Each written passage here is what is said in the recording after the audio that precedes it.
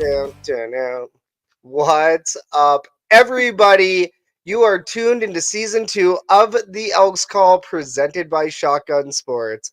My name is Scout, aka the rep from Section X. And I'm Catherine, aka Do You Even Elks? And today we are going to recap the first third of the season as the Elks herd, meaning we will be hashing out the start of the season so far with you, our fellow Elks and CFL fans. So, very, very excited about this one.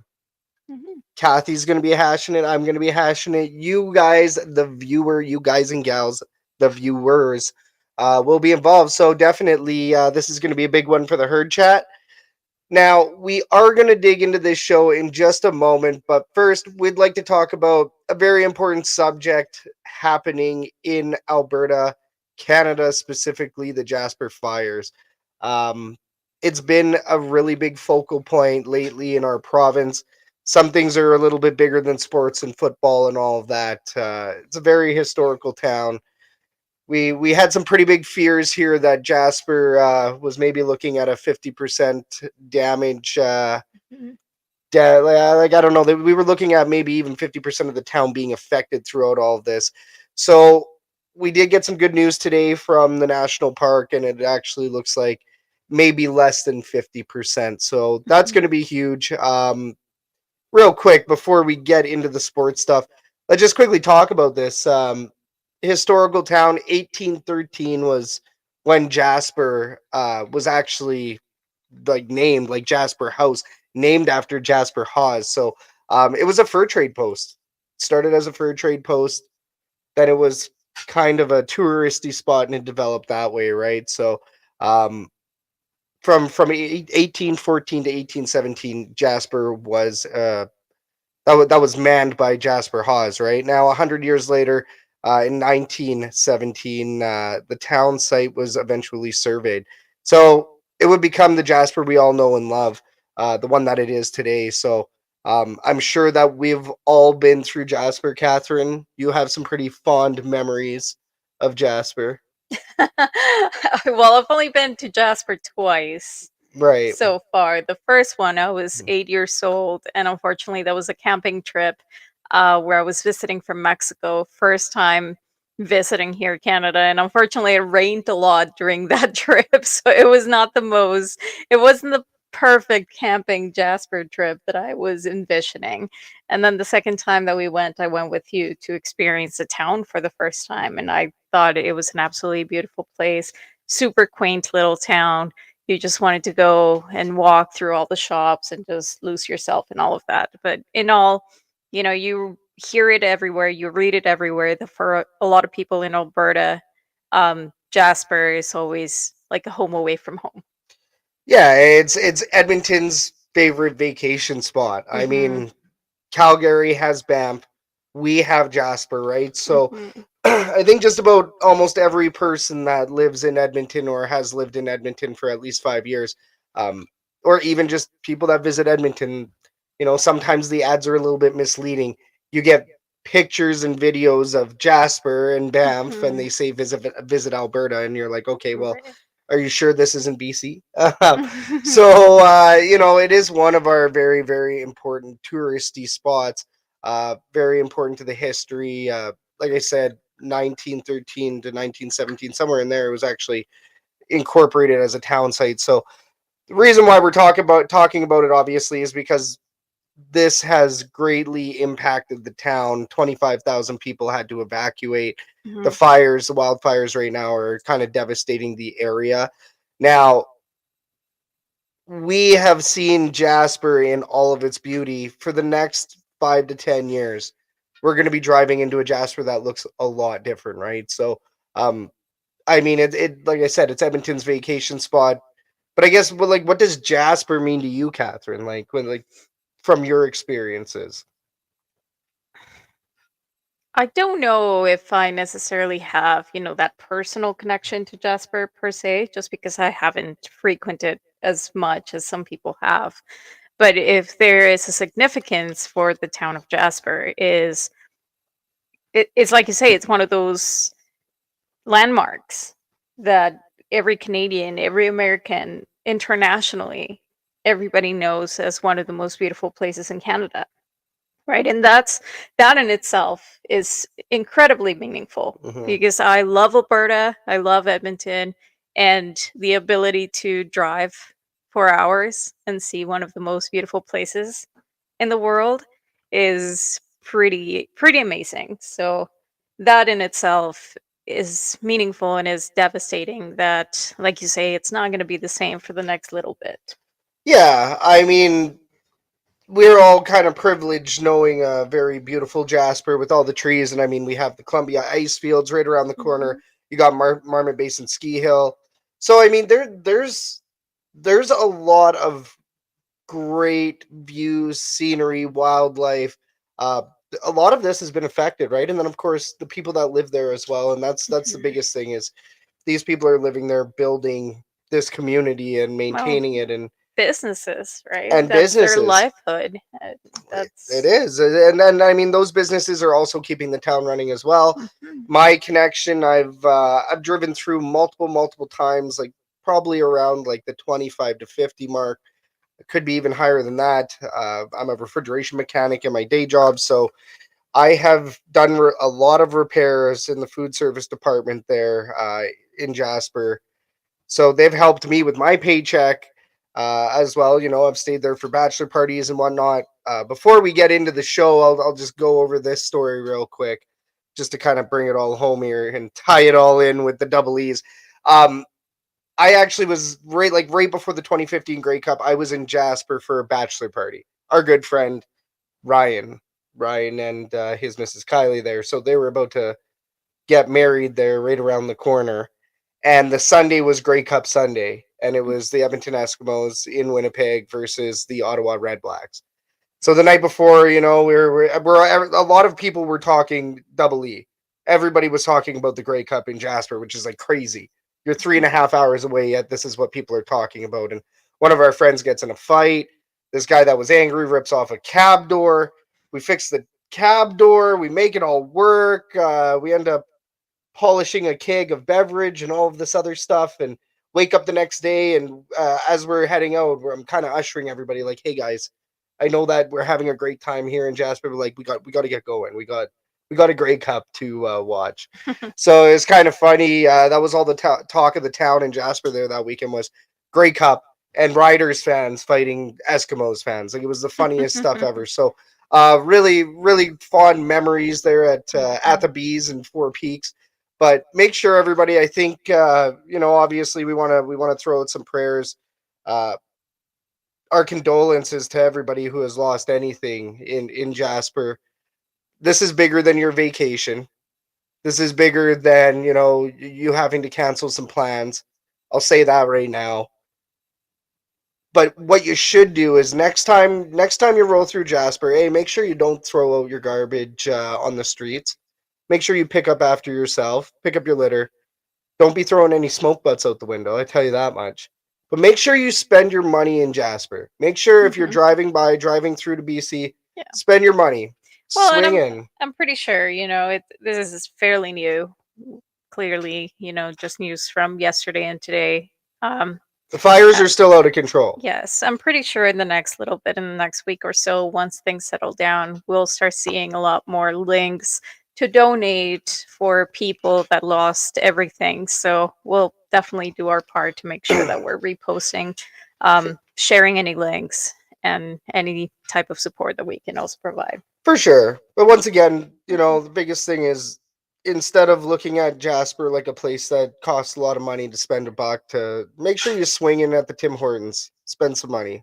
Make sure maybe you buy us an extra souvenir or two next time you roll through, because this town is going to need a lot more than that. So, Mhm. yeah, I mean, we definitely hope that this wildfire scenario ends soon. It actually looks here in Edmonton, the smoke has calmed down quite a bit. The rain has definitely helped, so that's nice. It's nice to see that we're starting to get some rain. We're starting to get some moisture back up in the air. Hopefully, this means the wildfires will fade away, considering the crazy season we've already had this year for Mhm. wildfires. Yeah, I mean, I like what John said here in the herd chat. I hope the Elks let people from Jasper into the game for free. Uh, you kind of almost expect things like that. Now it is pretty early. They might not do it for this weekend. They might do it for an upcoming game, though. Yeah, and Hopefully, it depends on whether they made it all the way to Edmonton. I know a lot of people are stopping in at Hinton or even Edson, right? And Hinton, then Edson, Valemont, yeah, so Valemont. So yeah, there's definitely. and a big shout out to the other communities in the area that are Hmm. accommodating. Right, there's BC towns that are being overloaded by this right now. Hmm. So and a couple of people are being put out of their regular everyday rituals and motions. Right, so just make sure we're considerate. Donate wherever you can, and once again, make sure you do spend some money in Jasper once all of this is over. Same with any local neighborhood or anything else that goes through a negative event like this. So, Hmm. all right, everybody, we'd like to thank you for tuning in tonight. Whether you are watching on our YouTube, which is Shotgun Sports Network, or on Facebook on Facebook, could be watching on Facebook, not X. Our poll said People would 30 hate you. well 31% of people that voted against us going over to X and paying for the blue check mark. I do see it in the future, but apparently not this season. We will revisit that in the off season. But anyways, you could be watching on Facebook, you could be watching on YouTube, or you could be listening on TuneIn, iHeartRadio, Edmonton Sports Talk, or wherever you get your podcasts. While we're here, if you could hit the like and subscribe or favorite button, we would greatly appreciate it. Today's lineup for another stack show is as follows. We're going to open up with a first third recap on the Edmonton Elks season 2024. Next, we'll give you a Kathy's Herd report talking about the latest Edmonton Elks transactions and news. Following that, we'll give you an Edmonton sports update, and then we'll cap the show with the fan forum where we discuss hot topics surrounding the Elks, the CFL, and the sports world as a whole. Be sure to blow up the herd chat so you can get your comments and questions onto the show. Let's kick it off with the Game of Thirds, brought to you by the Winnipeg Terminal. Catch the flight with Mike and Joe every week, talking all things Jets and Bombers on Shotgun Sports Network. Wheels up. All right, so in this segment, we're going to talk about the Edmonton Elks over the first 6 game stretch of the season. Once again, herd chat, you know what to do. Blow it up, and we will get your comments onto the show. Let's do this. 0-6. We start the season 0-6. That Yeah, was what I said I was going to do. That's my recap of the first third. brutal. So I mean, let's try to break it down a little bit more than that. Yeah, it hasn't been ideal, but it's not as bad as 2023. Yet at the same time, it's as bad as 2023, right? Uh, anytime, anytime you get a streak such as 3+, let's say Yeah. 3+, if you go down three plus games in a row, Mhm. that's automatically like stress area for any team. It doesn't even matter. Like even let's say you lose 3 losses in a row in the NHL, that's a big deal. Mhm. But with football, you only got a game once a week. Mhm. Yeah, it's completely different. I mean, when you're just playing once a week and you only have, a limited number of games, then Yeah, yeah, every single game counts. I mean, at the end of the day, I keep hearing that, oh, it's only a third. It's only a third of the season. We can still come back. you don't have any wins in the third of a season, and It is still a third of the season. so It's so like let's take a look at this, right? Let's take a look at this. You're 0-6. How do you get there? One of the biggest worries for pundits and fans and Elks world, anybody within the Elks realm, biggest concern was that if you didn't win that Saskatchewan game to start the season, you were going on a 4 game slide. As we've talked about on the Elks call. for sure, especially, and this wasn't even necessarily about just, feelers or just because you're starting with the loss, is the schedule. The schedule, who we were playing with, it was to be expected. Right. So let's say the game against the Riders, you believed that the Edmonton Elks could win that one. But the loss to Montreal, that was a scheduled loss. You can't really think, like, I guess you can believe, right? We always believe. We'll say we always believe. But there's expectation versus reality. The expectation was not a win. When Mhm. you're playing Yeah, against the former Grey Cup champs and that's you could only get two home wins the previous season. that's fair. I mean, I think we all went with that expectation that that Montreal game was going to be a loss. Right. But then you have that Argonauts game. And now this is where you might have a little bit of hope because Chad Kelly's not in the mix. All of a sudden you're like, okay, but then you see what Cameron Dukes is doing to start the season and you go, oh, snap. We might not win that one. Well, at this point, though, because you got to remember that that game with Montreal was competitive, It was. right? It was still So, competitive. because it was competitive, you went into that Toronto game having a little bit more faith, Right, having a little bit more confidence in what you could do. but they were still competitive, right? They were Hmm. still competitive. They've been competitive in all of these games. Hmm. But anyways, you lose to the Argonauts. Hmm. Semi-expected, but you wanted to win. And then that Lions game, after the Lions beat the living Hmm. crap out of us last year, once again, expectation versus reality. I can't say that I expected us to win No. against the BC Lions, but you sure wish. Now, the problem comes to these Ottawa games. Yeah, I think everybody had the expectation that the Ottawa games were going to be total wins. You know, based on how close we were with all of these very competitive teams like Montreal and BC, Right. you know, how well we played, how close we got, how a lot of the mistakes that seem to happen seem to be something that could be coached through, you know, because of those, you thought that, hey, next up is Ottawa.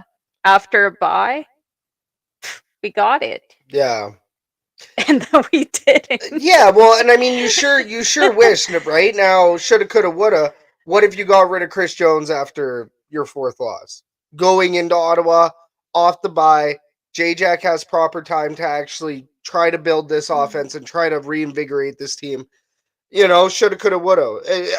I kind of wish we would have because these two games against Ottawa might be turning point of the season, especially if you win because now they're spinning their tires a bit. It will be interesting to see what this team does now that they've had a full, basically 2 weeks under Jarius Jackson, and then G Roy's also been making some moves as well, right? Hmm. So it's going to be interesting, and we're going to talk about this latest collapse. Which in that game, I the defense did absolutely amazing. We're going to talk about it, but the consistency with this team is one Hmm. of the biggest problems through these 6 games. Hmm.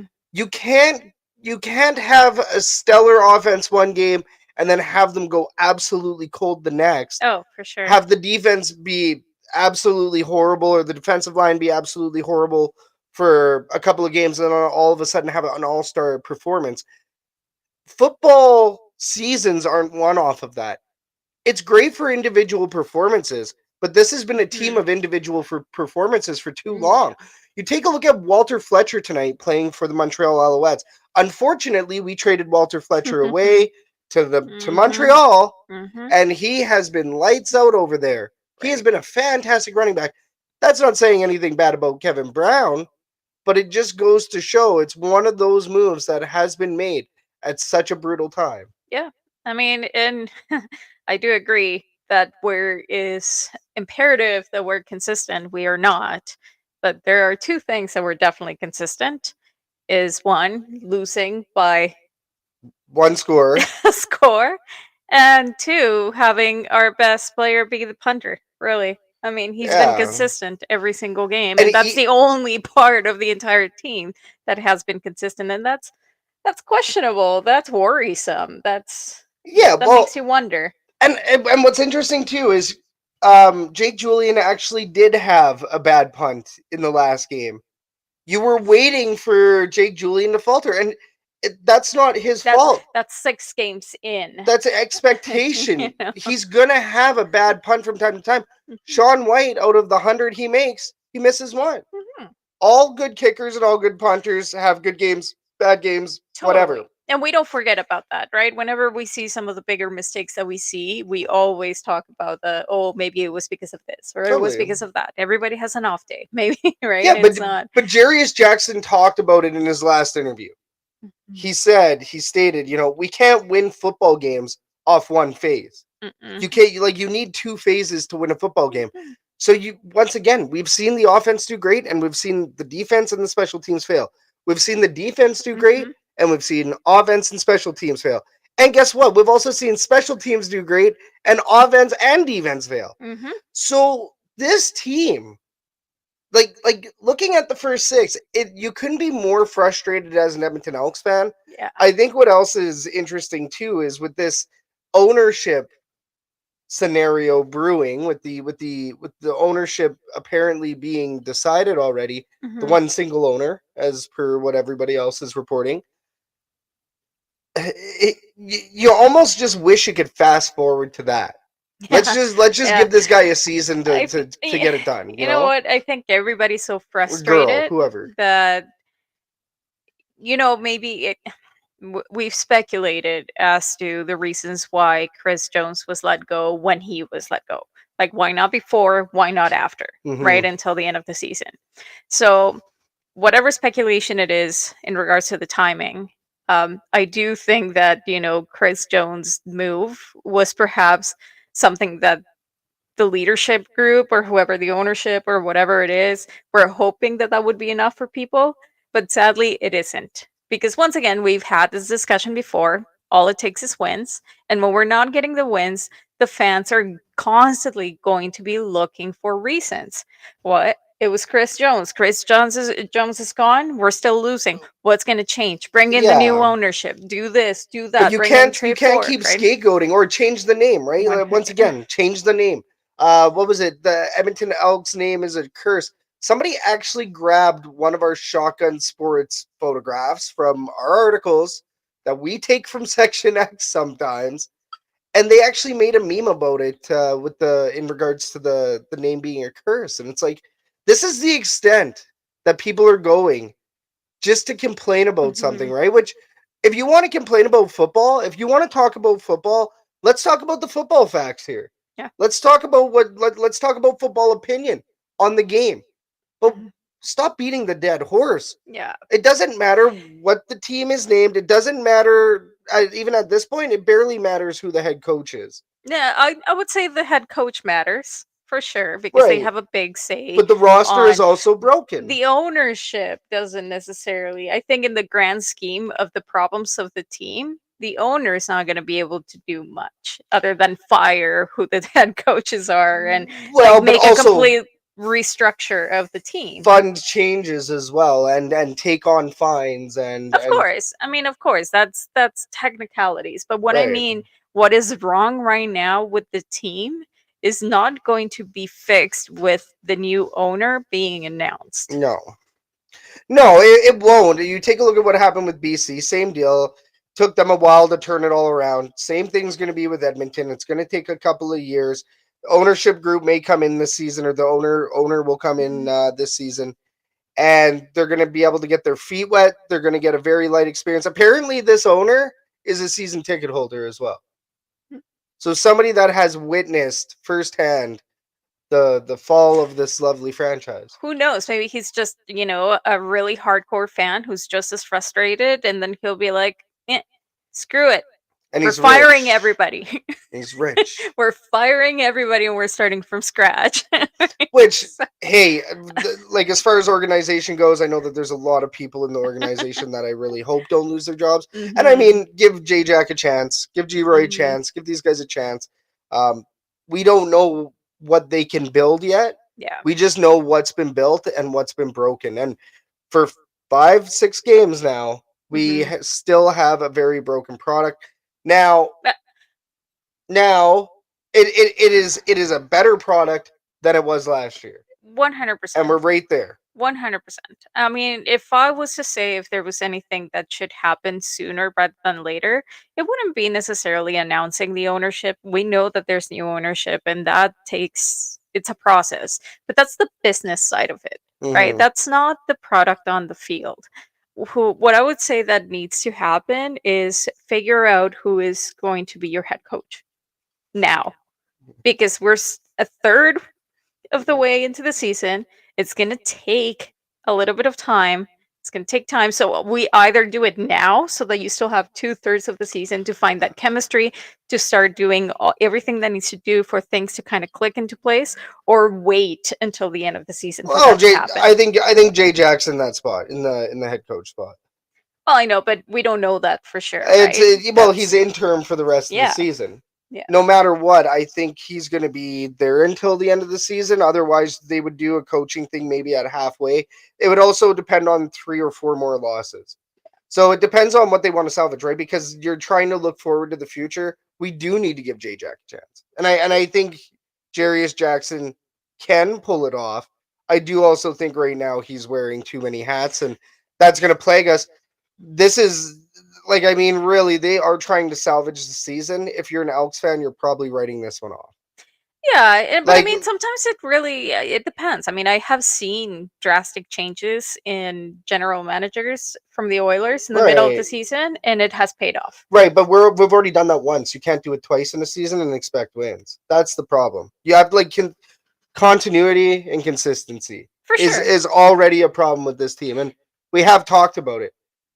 Now, if J-Jack keeps on failing here, and it's Hmm. very evident that the 3 hats are what the Hmm. problem is, then Hmm. they're probably going to try to sign somebody that's going to be long term for the next Hmm. 2 to 3 to 4 years. Hmm. I think that that's very And that's plausible. kind of what I'm expecting, Yeah, to be honest. Right. And that's the thing. It's a timing thing, right? Because you either, like I mentioned, you do it as soon as possible so that at least half of the season is a scratch, or you really do wait until the end of the season but we also have to remember too. Maybe the ownership has somebody in already in mind, place. right? That's the other thing. Too many moving There's a parts. lot of moving pieces. So yeah, I mean, this first third, it's one of the more painful first thirds I've ever watched in my history as a Double E fan. It's so And and it's frustrating. not like the team is bad. Once again, it's not No. like this team is bad. The team's not good enough to get the critical wins out of the critical moments.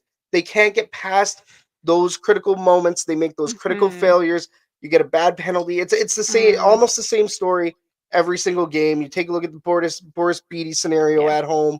we'll talk about. Well, that was, I'm just talking about at home. Not even, Just in we're general. not even talking about the 8 points left off the board in the last game. uh, So let's dig into your herd report here right away. Just want to yeah. give a shout out, though, to everybody that is watching or listening right now. You're tuned into the Elks Call with the Elks Herd on Shotgun Sports Network. You could hit the thumbs up. We would greatly appreciate it. Good old like and subscribe. We're trying to give away a Double E jersey at 500 YouTube subscribers. So we got Kathy's herd report up next, where Kathy brings you the latest Elks news and transactions. The herd report is brought to you by the Forge Podcast. Experience the latest in Birmingham sports with Ryan Messer as he gives you the latest news and updates. Find the Forge every week on Shotgun Sports Network. You got a game recap. Yeah. Yeah. The Edmonton Elks faced the Ottawa Redblacks on July 19th, suffering back-to-back losses in a 20-14 game. So, as you mentioned before, we're sitting 0-6 after this game. So, it was a very disappointing game. I'm not gonna lie. I think it was a very weird game. Not gonna lie, because I don't think I've seen so far games they're just kick to wins Yeah. like that much, right? We're always talking about that this is a kick to win game, but it's usually like after the first half or is throughout the game. Well, But it's, yeah, fourth this quarter usually. this entire game was this, and you were Yeah. just waiting for something to happen, and nothing was happening, even on both sides, really. I mean, let's get into it. The first quarter, the Red Blacks scored on their opening drive after Drew Brown got the team to the 3-yard line, and Armstead ran in the touchdown. So I wanted to open with this because I feel like it is very important to know that it was the one and only time that the Red Blacks would find the end zone during this Yeah. game. on their opening drive. Defense came to play. Let's let's just put it that way. We did not allow them to get close enough so that they would run it for a touchdown.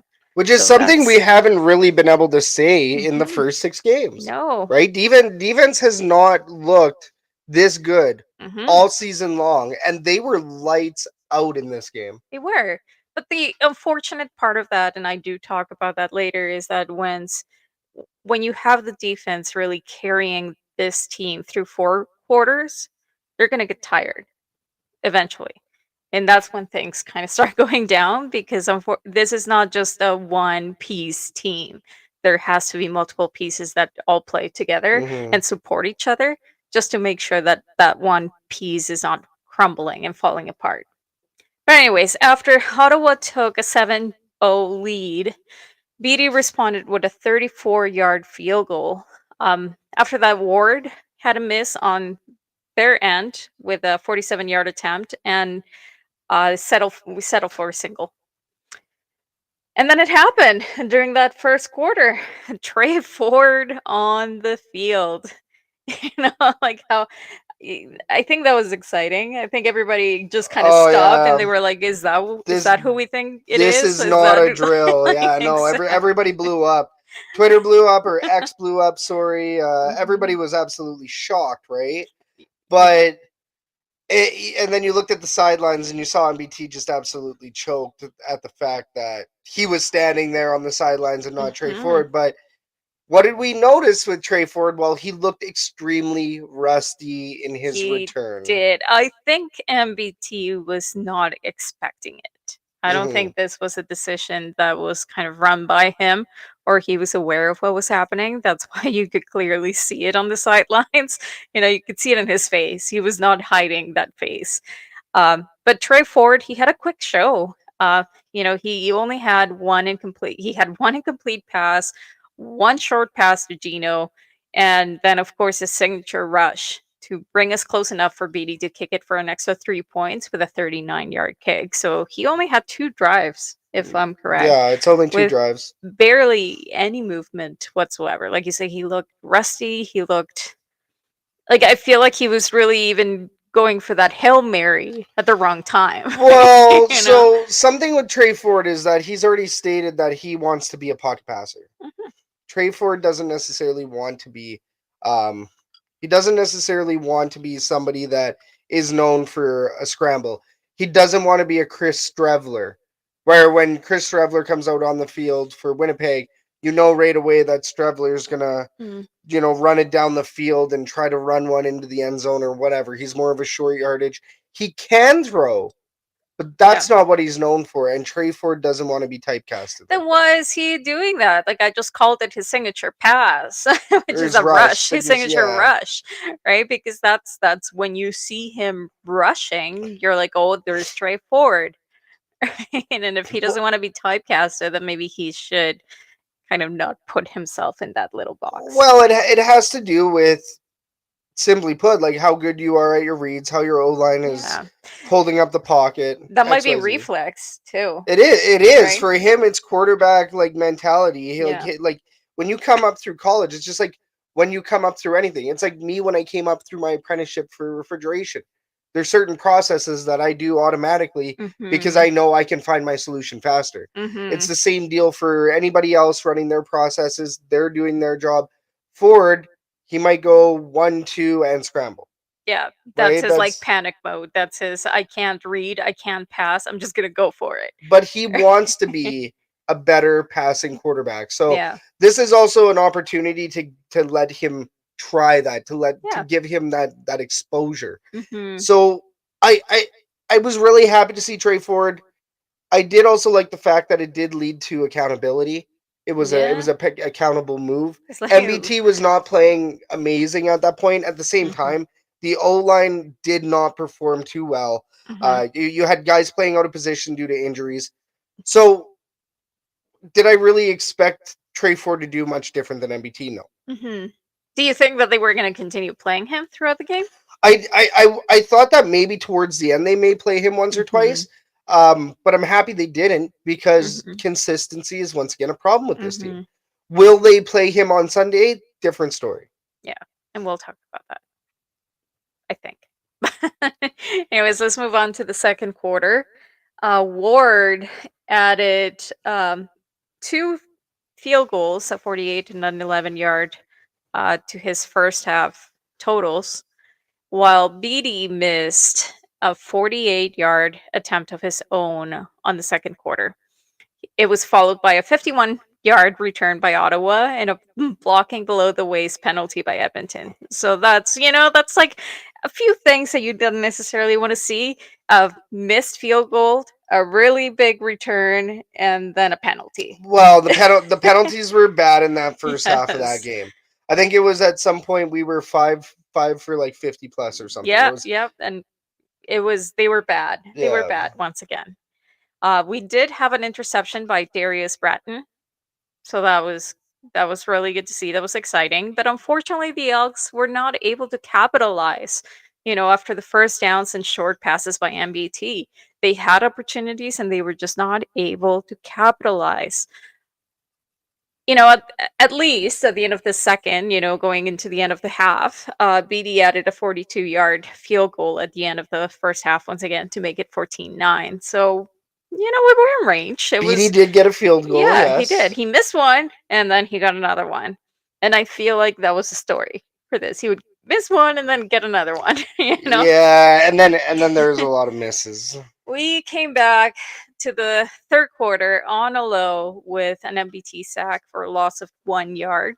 And it really didn't get any better when BD missed his second field goal of the night right Yeah. there. Edmonton settled for a single, and they added another single on a punt just over 3 minutes later to get within 3 points of the lead. Didn't really last, however, as we started to see signs that the defense was tired, as I was talking about. This is the third. They're carrying this team. They're starting to get tired. And Ottawa was able to get a series of first downs that really brought them close enough to the end zone for them to kick yet another field goal. Right. So once again, kick to win at this point. We were close enough. We were going Oh back and yeah. forth a lot of the time. Going into the fourth quarter, we had yet another missed field goal by Boris Beatty that led the Elks, to the usual Elks fourth quarter that we're seeing. I feel like our fourth quarters have absolutely been Yeah, it's horrible. no longer the curse of Horrible. the third quarter. It is definitely the curse of the fourth quarter. Yeah. It included an MVT Brutal. interception as well. Yeah. Ward added a 45-yard field goal for Ottawa late in the fourth quarter. And the Elks really tried to fight back during that last 5 minute, the last 5 minutes of the game. They really tried on that game with a very, very solid drive. I think MBT tried. He tried. BD had a successful 19-yard field goal with 2 minutes and 15 seconds left on the clock. But you can't leave 8 points on the board. Like it is great that BD did score a couple, but this game could have been won by those 8 points. When you leave a whole 8 points off the board, and I don't know what it is with BD right now. I don't know if he's just going through a rough stretch. I don't know if it's coaching. I don't know. I don't know if it's pressure. I don't know what it is right now with Boris Beatty. Was it 8 or would it have been 9? Because it was 8 missed field goals. Yeah, but he got one of them through the end zone Right, for I the guess it single was point. for the single point. You're So correct. He's a good football player. He's a good kicker. He's good at what he does. But unfortunately, he's got a case of the yips right now. Bring in Dean Faithful. Dare I say it? Bring in Dean Faithful in relief. Give Boris Beatty a game or two off. Maybe play a hot hand on the kick. Yeah, it's so disappointing, and that's the frustrating part. We talked about it here at the beginning of the show, how this season is better than last season. 2024 is better than 2023. And I agree, because we are definitely a better team. Yeah. But in many ways, it's worse than 2023. Because there's something to say when you're just getting your ass kicked. Right? And it's just like, it's a loss and you're just resigned and you're like, yeah, this is a loss. I'm not even going to fight it. But when you're this close every single time, when you could see the things that they could have done better to win it, when the games were winnable, when mistakes like these could have won this game, that's when it gets a lot worse and it gets a lot more frustrating. Well, and you're that close. Like So you close. you drag your hopes so high, and you almost believe you're going to win. And I think that is the most frustrating Mhm. point, because it's like false belief. It's false hopes, right? You actually think this team's going to win, and then something like this happens right at the very end. Yeah. You're like, what? Yeah. So that is truly one of the most frustrating parts about this. And you knew that you kind of always know where they're going to lose in these games. Hmm. And you kind of check yourself right there, because you're like, okay, well, if I expect them to win, I'm doing this to myself. Yeah. Seriously. No, Yeah. seriously, And because the crappy part, the bad part is that there's such bad things to expect, right? Like the penalty situations. Like you said, 5 penalties for 57 yards. yeah. Well, and even then, let's take a Mm. look at Kevin Brown on the run. I think he averaged 2.9 yards per run For the or fifth something. game this season, Kevin Brown was held to single digit carries in a game, 9 runs for 26 yards. Like, well, and it's the offensive line has part to do with that. His rush blocking. Yeah, and the offense in itself, it was horrible, horrible this game. The first down production was just horrible. As per Dave Campbell, he said it on X, that was a tweet. Shout out, Dave. 74% of their second down situations were second and 7 plus. Yeah, Like, what yeah. can you Like, do with that? What do you do with that? well, you know that you're passing on those. Well, you have to, but a lot of the time for those situations, we would see MBT throw it short to Kevin Brown, Yeah, and Kevin Brown getting 2 or 3 yards, 4 at the most, and then suddenly we have to punt it away. which is that, and even Then that we could be have to do. coming down to offensive coordinating, right? That could be your play calling there. But right there, like if you see that 74% of Yeah, second down situations, like I feel like you have to, if you're a quarterback or MBT, you're making those decisions, recognizing that that second down is a passing play right. rather than passing it short to somebody that can't get through because the O line is not doing their job. I do agree that MBT could be doing a little bit more as far as going audible at those moments, right? I think at some point you kind of have to. You take a look at Tom Brady and Bill Belichick, Tom Brady and Bruce Arians, even where he ended up with the Tampa Bay Buccaneers, where he won his last ring, last championship. He was mostly doing the offensive coordinating out Mhm. there at pivot. Mhm. So there are scenarios where maybe you shouldn't expect it, but I think that there are scenarios where, and hey, I don't know, maybe he has been going audible, Yeah, I think and those are the reads. I asked about this. I asked you personally. Like, what is he doing? Is he not able to make his own decisions? Is he not able to decide in the moment that what he was told in his little, earpiece that he should do, the play that he should do, that is not necessarily the most accurate one or the one that he should go, and decide to go audible and make that decision for himself? Because a lot of the times, I don't think he does. Like he doesn't seem to. It's I like think, he's well, I think, following the playbook but by the dot. part of the problem, what I think though, sorry, I didn't mean to cut you off, but I think also part of the problem too though is the pressure, because that O line, as soon as it crumbles, you have guys coming at you. You have to go 1, 2, 3, and the way Mhm. you do that, you check down, right? Like he's checking down. The guys that are closest to him, the reason why those guys are getting the ball is because he doesn't have enough time to read the Mhm. play that's going way down the field. Oh, I get so frustrated when that happens that I see it and I see him, doing his, Yeah, left hand side and throw it to somebody on the left when it's like somebody on the right is just wide open. completely wide open, right? And it's frustrating that maybe like he's not confident enough in the team that he has in the O line that he has enough time to be able to do a full sweep and perhaps do better reads.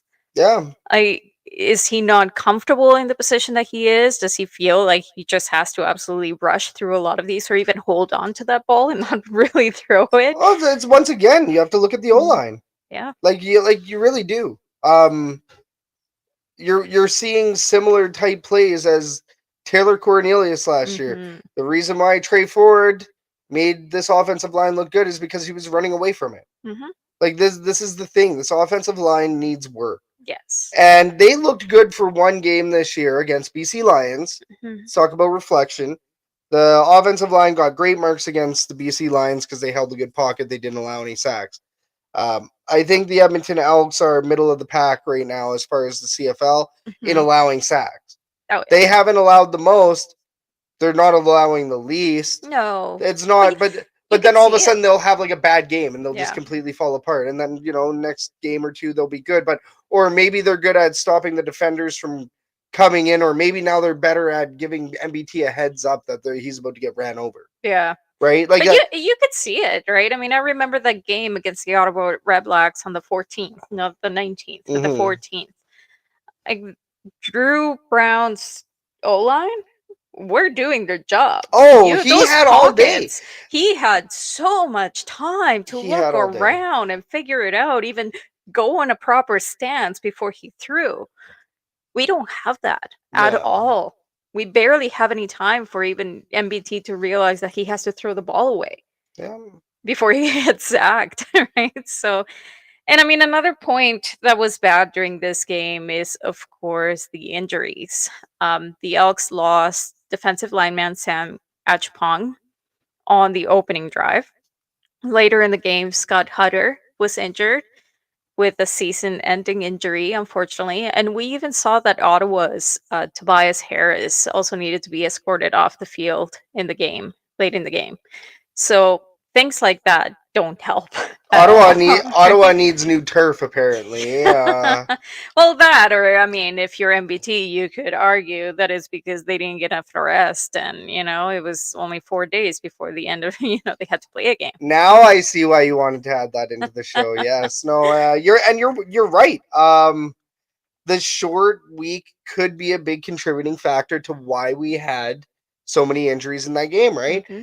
Am I going to go full MBT and say we need to look out for the safety of players? No, because you'll get fined. You'll get fined. Well, hey, no, I don't work for a CFL team.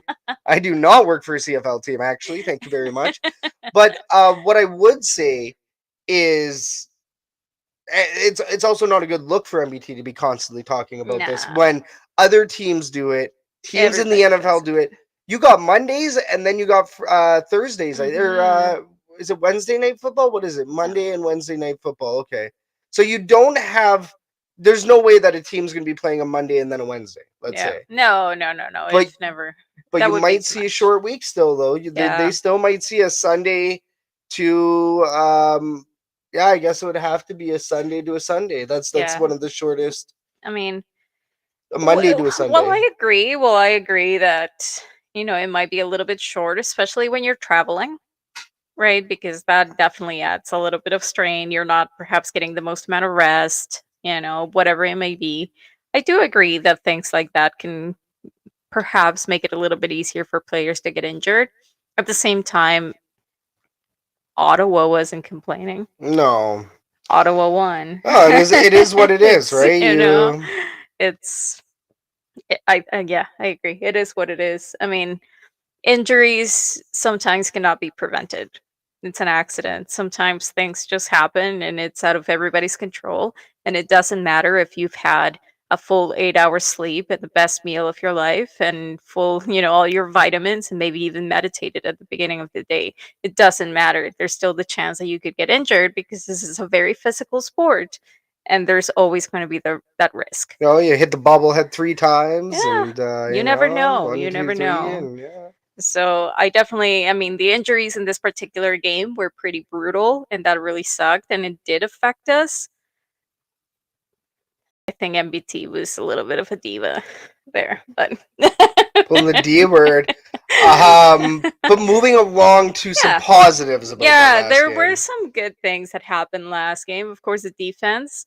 They allowed a season best 20 points in the night while also forcing 3 turnovers and 4 sacks.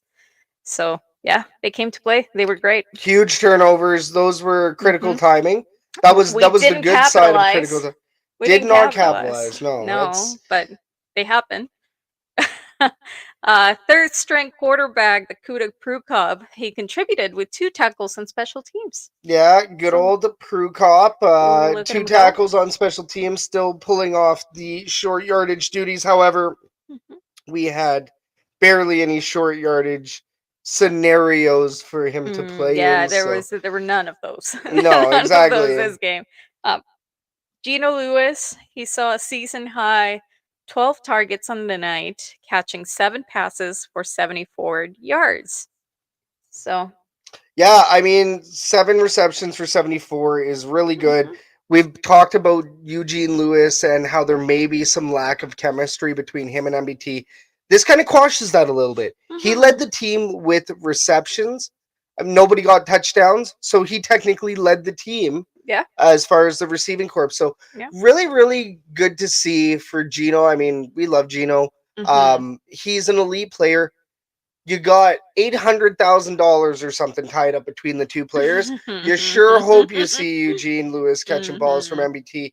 Um, and I mean, we have nothing to lose other than games Yeah, by which MBT building those bridges. yes, very true. Very true. And I mean, why not utilize the tools that you're given? You gotta get it Gino Lewis is one of the best tools that you could be given at any easily, point as a quarterback. easily. Make it work. Yep, Utilize him. seriously.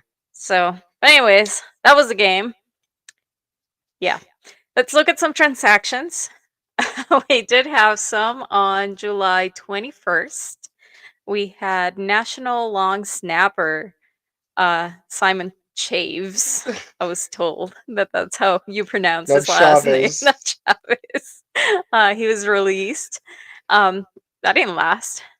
Anyways, American defensive lineman. Lasted as long as his Spanish pronunciation on his name. The only Yes. person that has made him Spanish Celso for Fajardo. for a for a good week, and then he's gone. American defensive lineman Eric Black was released. American running back Jermaine Brown Jr. was released. And American linebacker Aubrey Miller Jr. was also released. We did pick up an American running back, Justin Rankin. On July 23rd, we had American defensive back Kyle Cass released. American defensive lineman Robert Robert. Robert. I'm gonna give him a Spanish name too. Roberto Candici. He was released, which that was surprising. Yeah, it sucks. I'm not a fan of him being released, but at the same time, went through an injury. Hmm. Not sure what happened past that, but obviously something fouled. I don't know Hmm. if that injury time with him being in Edmonton, trapped in Edmonton, I'm sure. Because Yeah, like I mean, he played for Denver. He played in Colorado. He played yeah. played for the Denver Broncos.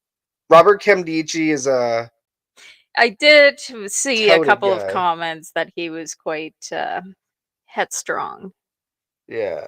and opinionated. Yeah. Maybe there were little clashes, but I mean, we won't know. It could have been injury related, right? He did miss 2 games consecutively, so we never know. We also had American defensive lineman Demarcus Christmas signed. Oh my goodness. What? Nielsen today. Our good friends over at Edmonton Sports Talk. Dustin Nielsen with the Christmas in July comment.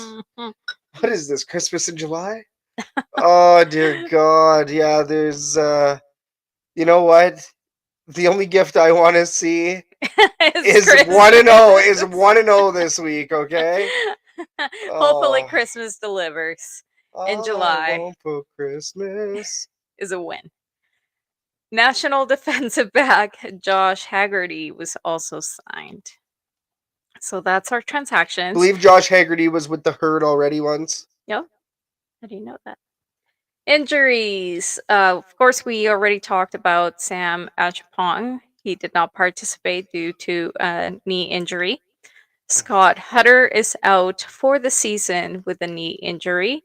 Brutal. Hunter Stewart did not participate in practice due to a head injury, and Michael Broderick still had limited participation during practice due to a groin injury. But We did see quite a few names coming back, though. Jamin Pelly Mhm. back from action.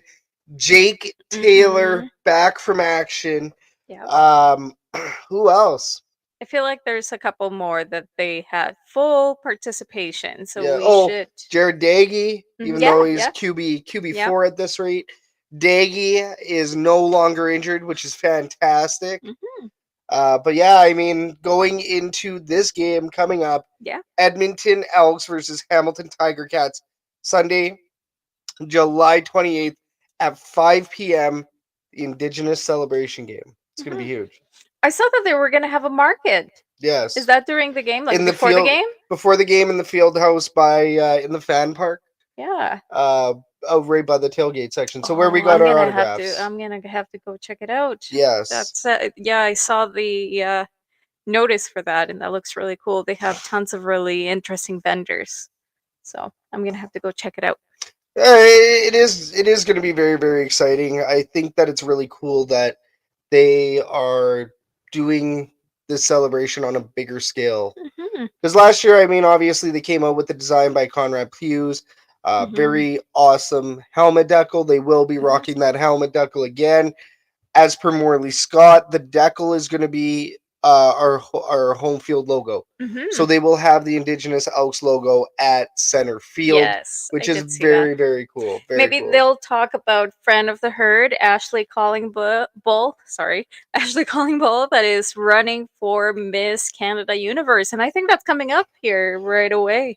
Coming up right So, away, expect an article this Saturday on Shotgun Sports Network talking about friend of the herd Ashley Collingbull and her quest for Miss Universe Canada. if you don't know who she is, she was the in-game host for the Edmonton Elks last year. You gotta know who Ashley Everybody Collingbull does. is. Like, come on. Shout out to her mom, Lisa Ground. We see you over on the socials. Yeah, it's very, very big. And Hmm. some things are bigger than football, once again. Hmm. We don't say it twice too often in an episode, but Well, if she ends up winning Miss Canada, she would be the first Native Indigenous, yeah. Indigenous representative of Canada that they've ever seen. So that's super cool. Yeah, normally, like, let's say if this wasn't going on, and let's say if she didn't have Hmm. a thing going on with the Saskatchewan Rough Riders, Yeah. allegedly, Well, it's because of her husband. yes, well, he works for the Saskatoon Hmm. Blades. But Ashley Collingbull, more than likely, we will see her again in Edmonton doing these types Yeah. of Good events, luck. right? Oh, sorry. Whether it be with the NHL, whether it be with the CFL, Mhm. who knows where Ashley Collingbull goes? The WHL as well, she works with. So very special person. She's been a good friend of ours over on the socials, and then we've screamed at her a couple times from the seats. We do have to get some pictures with her at some point. But the reason why we bring this up, guys, go vote. You can actually get in on a fan vote for Miss Universe Canada. If she wins this, she's going on to Miss Universe, Mhm. which that would be crazy. I mean, to be honest, like I forget that that's even a thing. It is. I think I made a joke that the last time that I ever saw anything about Miss Universe, I was watching Miss Congeniality, the movie. But that's a really big deal. Like It's huge. when you bring it home, when you bring it to somebody that you have personally met or that is, somebody that you know in your town or your city, you're like, "Holy, this is a little bit bigger than I thought." Oh yeah. you know. Well, and Ashley Collingbull in particular, she's an actor. She also does the in-game host stuff. Mhm. She's also a model. Mhm. So she's multifaceted. Mhm. Multifaceted Edmonton Elks former in-game host. And Yeah. how cool would that be? You're watching Miss Universe, or even if they televise this Miss Universe Canada, Edmonton Elks, it shows her in her gear. Like Yeah, that with the is some. Indigenous celebration, hopefully. I mean, that was something that she really made a point last Oh year. yeah. Like Well, I for a meant lot on of the things. show, but Oh yes, yeah. you're right. Like with this initiative, like you said, with Hmm. last year, right? Last year she was up there, front and center of the Indigenous celebration and really bringing it home with how she celebrates her culture and her upbringing, right? So that's maybe, yeah, that's what reminded me of it, and hopefully we continue to see a lot more of those with the Edmonton Elks. Yeah, her designers nail it, knock Mhm. it out the park. Mhm. Um, so yeah, stay tuned to shotgunsportsnetwork.ca for an article on that. Mhm. Want to try to hype her up as much as possible. But also check out our latest article over at shotgunsportsnetwork.ca Mhm. as well. The title is New Coach, Same Results for the 0-6 Edmonton Elks. And just to give everybody a heads up, we are giving J Jack obviously as much time as he needs. We are giving him a break. We are giving him a chance. The reason for that title is because that's exactly what this is, unfortunately. We're not going to sugarcoat it. Over at It's realistic. I mean, that's exactly what's happening. over at Shotgun Sports Network, we're pretty realistic about things. Obviously, at the Elks Herd, we're fans. This is our fan-sided type of thing to do. So Mhm. we try to keep it a little bit more positive because there's enough negativity going on in the world. Same time with our articles, uh, we have to be realistic about everything. So stay tuned to our other game day articles that are going to feature still our tailgate reports and some of the other lighter stuff on away games, and especially at an 0-6, yeah, I don't think it's going to be too light right now. But do you know what it is always light? The city of Edmonton at Mhm. 9 o'clock in the middle of a summer, especially when you're watching all those sports. We got an Edmonton sports update coming right up.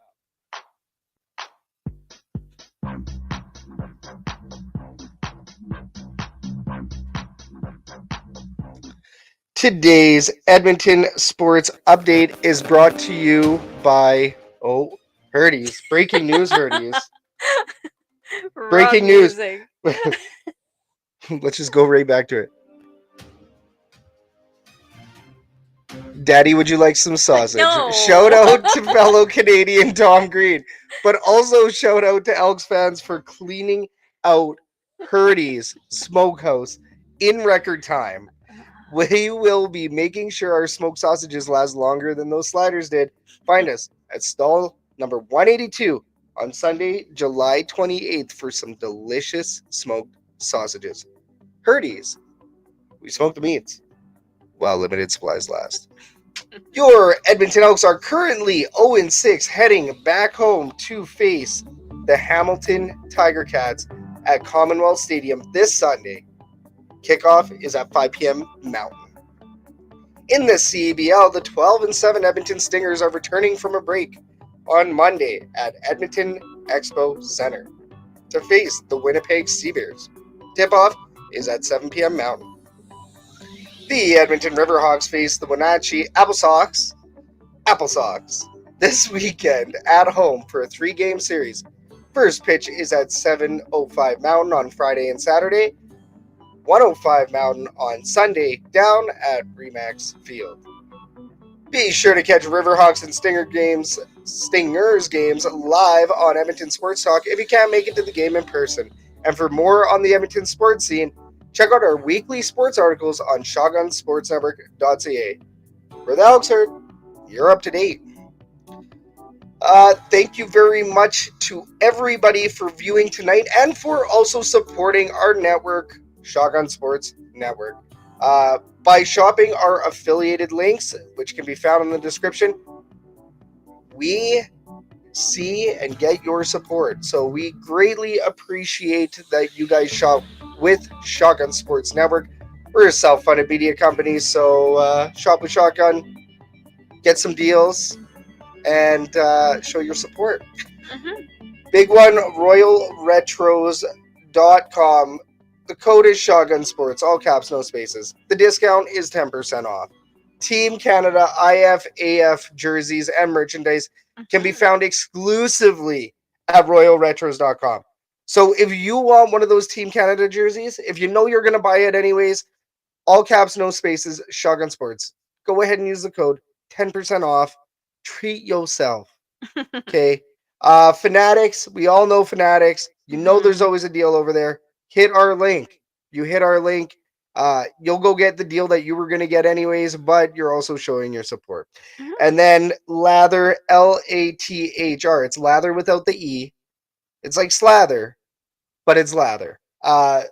Smell damn good. Still one of the best soaps. I just opened up my last package of sandalwood bourbon. That means that I got to make an order. So yes, we will be placing another lather order soon.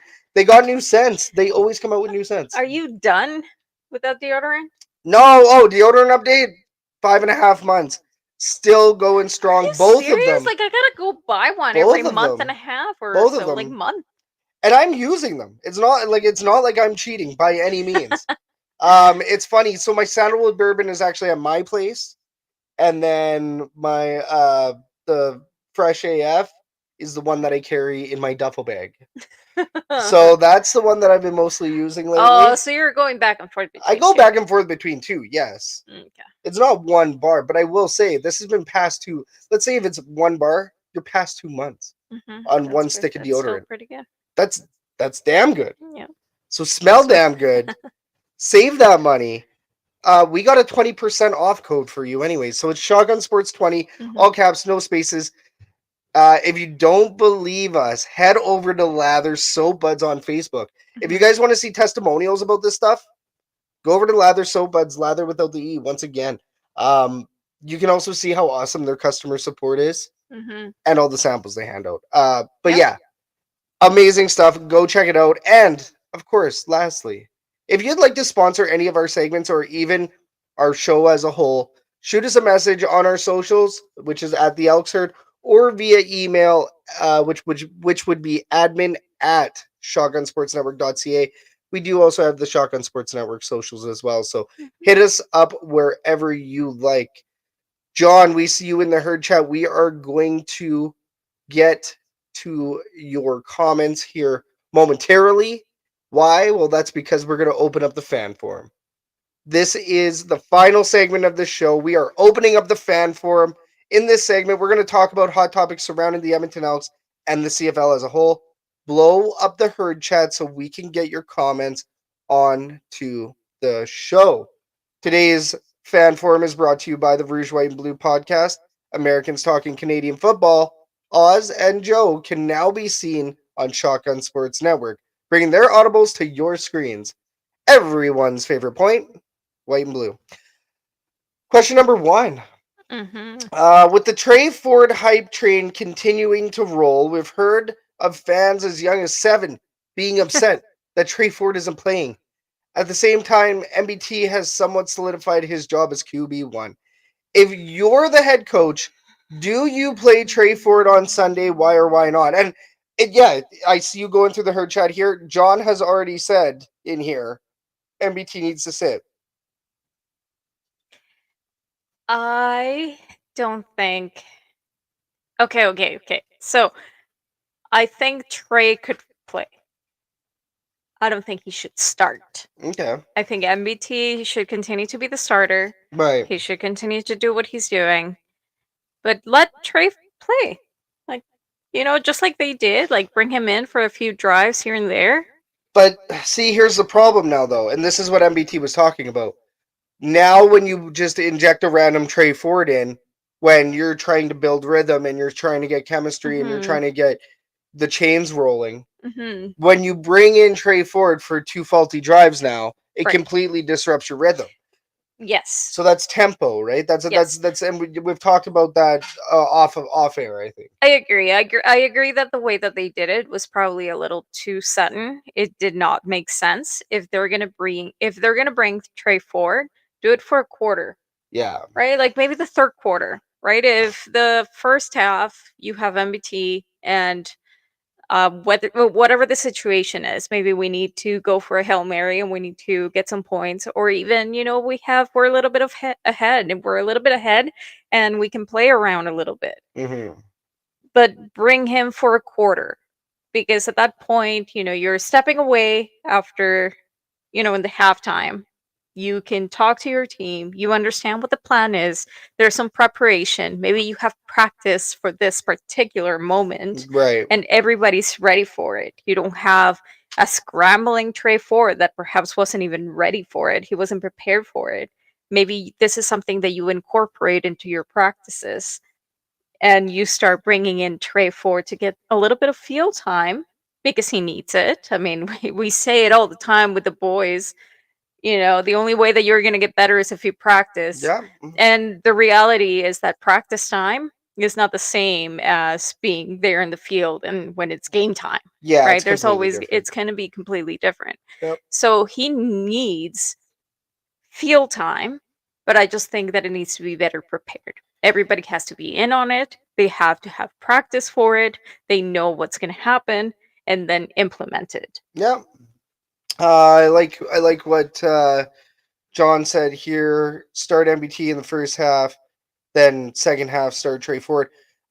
Like maybe you might be able to do something like that, but once again, right? If MBT is giving you a chance to win, the problem is that you can't bench him when he's doing his When job. he's doing well. And MBT has been far from the problem with this team. And I've said this in the last article as well on shotgunsportsnetwork.ca. This is not an MBT issue. This team is not an MBT issue. The problem with this team is not being able to close out. The problem with this team is critical misses. It's critical misses. These aren't specifically down to MBT. Some of them are. 110. Like, I will agree that some of these are. These losses are not MBT. He didn't have the greatest game last game, but he still managed to put up 270. We would be begging for 270s from Taylor Cornelius. Okay, so it's like these are the things that we do have to remember. Do I think that there is no better game than this one coming up to start to start Tre Ford over MBT? I do think that this is the best game. It's Hamilton. It's a team he likes to play. Your next best chance is in Hamilton for Tre Ford. Why? Because he likes playing on that field. He's played on that field quite a bit in his young career already between U Sports and I believe he has played at Tim Hortons Field before. Do you think you're running into the issue of MBT not necessarily approving Tre Ford starting? No, that has nothing to do with it. He's not the coach. The coach has because to. we clearly understood that he had a little bit of an issue with Tre Ford being thrown in. Well, he did, but for his personal reasons. Now that could be good media training. We really don't know, right? We don't know exactly what the real feels are on that. No matter what, he has to step up and put a representative out there. So, and that's what MBT did. Like, look, I didn't like being pulled. No, not because it makes it seem like I suck. I didn't like being pulled because of my rhythm. I didn't like my rhythm being thrown off. I didn't like my tempo being thrown off. So that's fair. Yeah. There's a few people that sit next to me that have not been to a game yet this season, and the reason is Ford not starting and no wins. I think no wins is the biggest part because if we're winning, we're not talking about Tre Ford starting over MBT. If we're winning, it doesn't matter who the quarterback is. If the quarterback is winning, then the team is winning. Yeah. That's it. If we start winning with MBT, everybody's going to start buying MBT jerseys. That's it. Well, and people already opened up the season already buying his jersey. Guess what? People also bought a lot of Tre Ford. Yeah. A lot of people were banking and betting on Ford. Yeah. So it's interesting. Are they going to play Tre Ford? Do I think that they are going to play Tre Ford on Sunday? I don't think they're going to start him. Yeah. I think it's possible though. And if you are going to go ahead and start him, it's either this game or it's the next game in Hamilton. In my opinion, those are the only two real good opportunities to inject Tre Ford in as a starter. If you're going to have him in playing, like a quarter or playing a half or something like that, then by all means. But at the end of the game, the number one thing that matters is whoever gives you the best chance of winning. And so far, that's MBT. Well, yeah, and again, in that particular situation that we saw in the last game of Tre Ford being thrown in there, chances are maybe he wasn't even expecting it and he was just thrown into the wolves, right? And that's why perhaps he didn't perform as well as he could have. I think everything comes with preparation, and as long as everybody agrees on what's going to happen, then for sure. I do think that Tre Ford should be in games. I still don't think that he's ready for a starter position, but I do think that he should be getting some time in. Well, and especially if you're going to try to keep him as the future quarterback of your team, which you don't spend a first round draft pick on a Canadian quarterback just to lose him. Yeah, bench him, lose him, not utilize him. Once again, utilization. That's a tool that you have at your disposal. Why are you not utilizing him? Yeah. Team Store told me that they did have Ford T-shirts that they were going to start selling, but since he's not the number one quarterback for the team, they're sitting in storage. I would be really interested to find out if that's true. Yeah. Because I know another group with Elks in the name that was looking at making some Ford shirts. Yeah, we'll figure it out. We'll find out. Oh yeah, no, we still have plenty of time on that. Mm-hmm. We do have some other plans in the works for shirts. We're just waiting to Mm. see about the other moving pieces there. Yeah. Let's go through some of these questions that John asked instead of this question number 2. Yeah, we do have one here. If you buy anything at the Indigenous market on Sunday at the field house, would you be allowed to bring it in? It may be in a clear bag and it may be a prohibited item. That's a really good question, isn't it? That's a good question, John. I like that one. What I think is that you should be able to bring it in.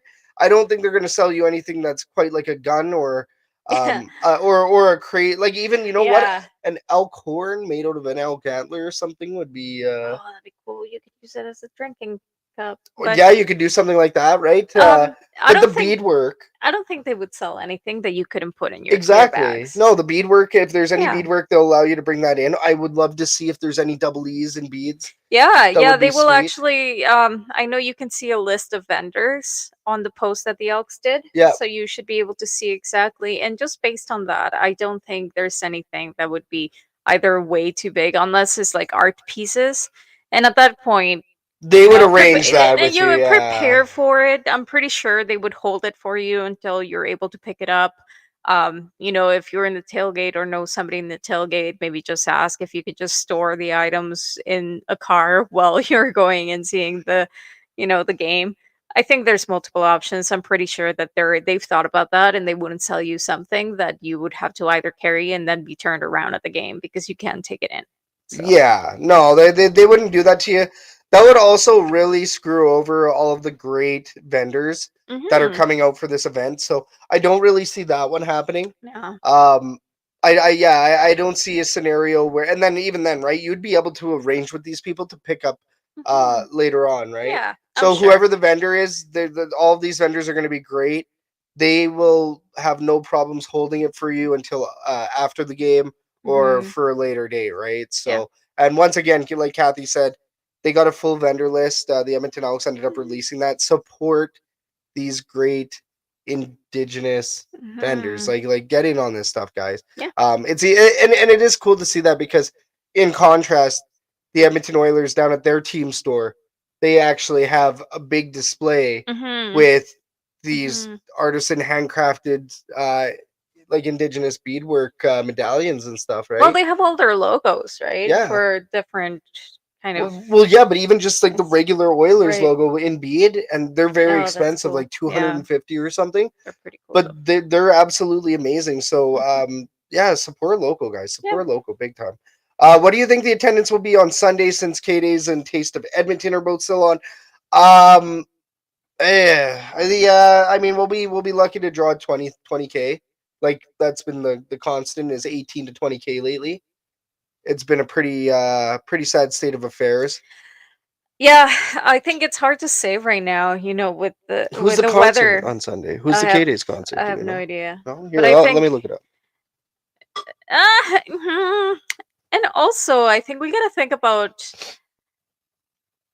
target audiences, right? I don't think the people that go to K-Days would be the same crowd that you see going to Edmonton Elks games. No, but they should be. They should be. But what I'm saying is that you're either going to get one or the other, right? And we're going to see our regular people or regular audience going to, Ludacris is on Sunday. Man. Okay, never mind. We're not going to get a lot of people. People are going to be watching Ludacris. Well, and what sucks is Ludacris was once at the Edmonton Elks game singing halftime.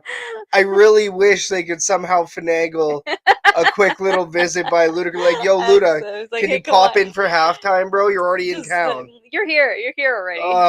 What I would do to see Ludacris They can't afford it. at Commonwealth Stadium. Yeah, I know. But if you had a new owner. They Yeah, can't see, afford look, it. he's not on until 8:30. See, Correct. he has time. He has plenty of Like, time to swing by. A He quick can mini no, set? he can come in and do the anthem. Or do the opening. Yeah, he can do the opening. That'd be cool. Can you imagine Ludacris in the Canadian anthem? I don't want to. I don't want to. But anyways, I think what's gonna really affect our audience on Sunday is the weather. If it continues to be just as smoky, I think a lot of people are gonna stay in, which is understandable. Hopefully the rain that we're expected to see in the next couple of games will really clear a lot of that up. Well, the forecast looks good. So yeah. it's saying plus 27. Let's close. You never know with a lot of the situation that is Yeah. happening with the fires and the wind, but that would be the one thing that I could see that really really could affect our audience. Yeah, I could see that. Let's go ahead and close the fan forum. We did have a second question, but we're gonna save it maybe for next time because it's a topic that we can always talk about. But let's preview this next game coming up: Hamilton Tiger Cats this Sunday. The weather report, we're looking at a plus 27. It's going to be plus 25 to plus 27. Sunday night game. Beautiful Sunday night game. Exactly where you want to be. Everybody's going to be watching. Edmonton Elks need the win.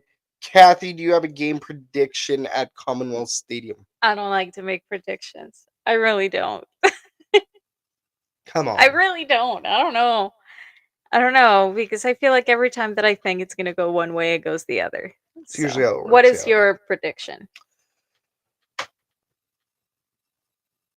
27-24 Edmonton Elks. By a field goal. 27-24. The other way around. 27-24 Edmonton Elks get the win this Sunday. Commonwealth Stadium, monkey off the back. Celebrate with players. Parking lot beer. Yeah. It's been too long. And I mean, people need to see a win. You're playing against the 1-5 Hamilton Tiger Cats. We see you in the herd chat. Come on, man. Come on. No 0-7. We ain't doing no 0-7s around here. That's not gonna happen. Not with this team. Not with the team that we have right now. No, it's still a good team. Like, listen, even if it's 1 out of 5 Boris Speedy kick, it'll still be 3 points. Trying to jinx us now. What are you doing? All I'm saying is that we can at least get that far. So we need touchdowns. Yeah. Which here's the interesting thing. I recently saw a stat from today. The Edmonton Elks are number 1 in converting at the red zone, which this was a stat that we cared about, like 2015, 2016. Anytime Michael Riley and company made it to the red zone, you knew touchdown. So the Edmonton Elks actually have a number 1 stat. You know what? I hadn't even thought about that because I still get heart palpitations whenever we get to that 3rd and 1. Yeah, oh yeah. Like then you see Dakota Prukop come in and you're like, here we go. Here we go. I still have mild PTSD from last year. So I don't think I've really thought about it, about how we have actually managed to punch them through almost all of the time. So that's that's good to know. That's something to keep in mind. That's exactly once again, another thing that just shows that we are an improved team. It is. It's this team isn't bad, folks. This is what we need to remind ourselves. The record is bad. 0-6 is bad. Yes. We can all agree on that. That part sucks. Is this a bad football team? No, we're not watching a team get blown out. We're not watching demoralizing victories. We're watching, demoralizing losses. But the losses that we are watching are probably some of the most frustrating watches a sports fan has ever watched. Yep, I agree. John in the herd chat here. Scout would be a better quarterback than MBT. Sometimes I'd like to think so too, and then I see what those guys have to deal with out there, and then I see those scary linesman running at MBT. Like MBT, No. I know that I've criticized how he sometimes holds on to the ball too long and everything else. Um, Listen, I when you will have say, like seriously, I saw Kim Dichi walking towards us, and I was like, I'm terrified. Now imagine somebody that size, which you get a lot, on the D line when they're trying to yeah, sack you. Imagine a guy that big coming at you and trying to sack you. terrifying, Terrifying. terrifying. You so It's yeah. I don't want the smoke, no. and I've it sucks because Robert Kimdichie is one of the few players that I did not get their autograph. Yeah. Really wanted it. Same deal as John Ryan, but John Ryan came in at a weird point. Um, not last year, but the year before, right? Came in Mhm. halfway through. So, I'm gonna miss Robert. I hope Robert comes back. I hope he has the open We'll see. invitation to sign on back with us if he ever wants to, right? But Mhm. I mean, as far as this Sunday, Jamin Pelly's back, baby. Yeah. We got a couple of good ones coming back. Jake Mhm. Taylor's going to be. I'm hoping he comes back with a little bit of an impact, but I think Mhm. Jamin Pelly is going to be one of the biggest Yes. impact pieces coming back to the team. So very, very exciting. I mean, this team has got to win at some point.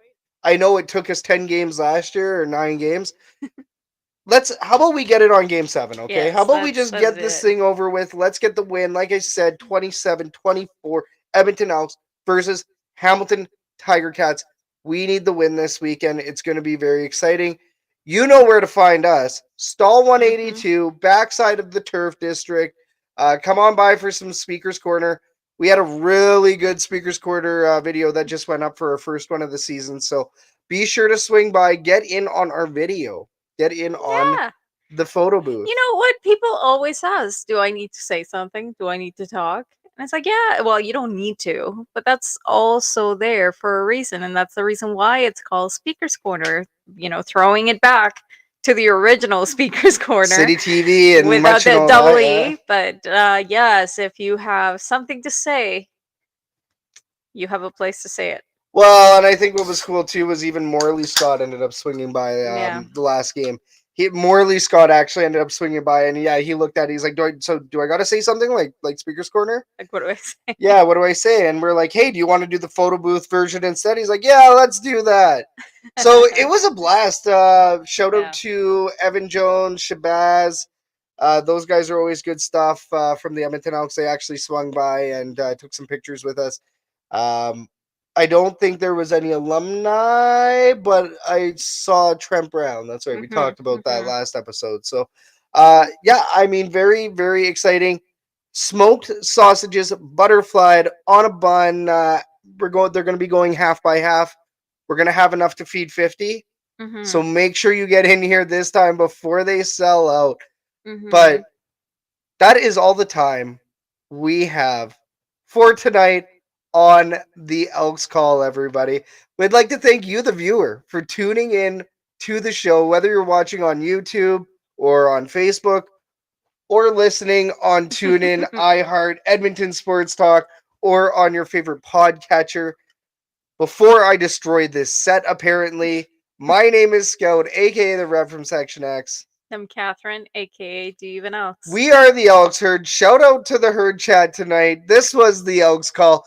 We will see everybody on the next episode, hopefully with a win under our belts.